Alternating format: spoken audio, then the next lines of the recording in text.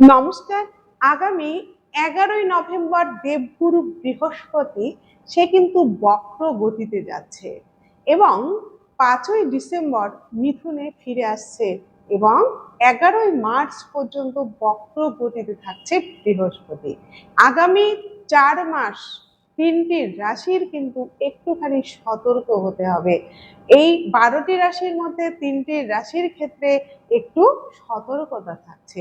জানতে পারবেন ভিডিও শেষে 3 রাশি কারা। আমরা সকলেই জানি বৃহস্পতি কিন্তু আমাদের সর্বসুখ দেয়।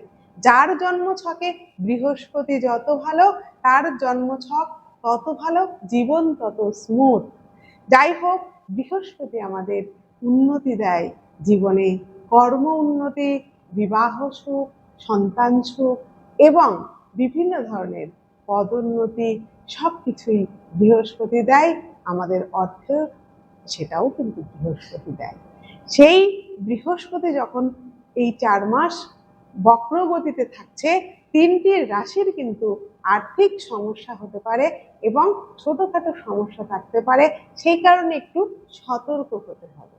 সেই 3টি রাশির কিন্তু বিনিয়োগ, অর্থ বিনিয়োগের দিকে নজর রাখতে হবে এবং সেটা সাবধানে করতে হবে।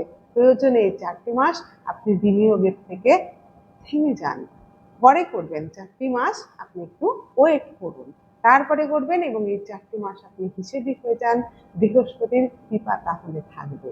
কোন রাশি? সেই 3টি রাশি, সিংহ রাশি, ধনু রাশি এবং কুম্ভ রাশি।